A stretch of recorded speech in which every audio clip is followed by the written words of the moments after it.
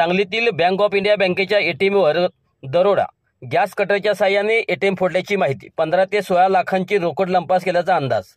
सांगलीच्या बुधगाव येथील bank of India बँकेच्या एटीएमवर दरोडा टाकण्यात आल्याचा प्रकार उघडला आहे. यावेळी चोरट्याकडून 15 ते 16 लाखाची रोकड लंपास करण्यात आल्याचा प्राथमिक अंदाज व्यक्त करण्यात येत आहे.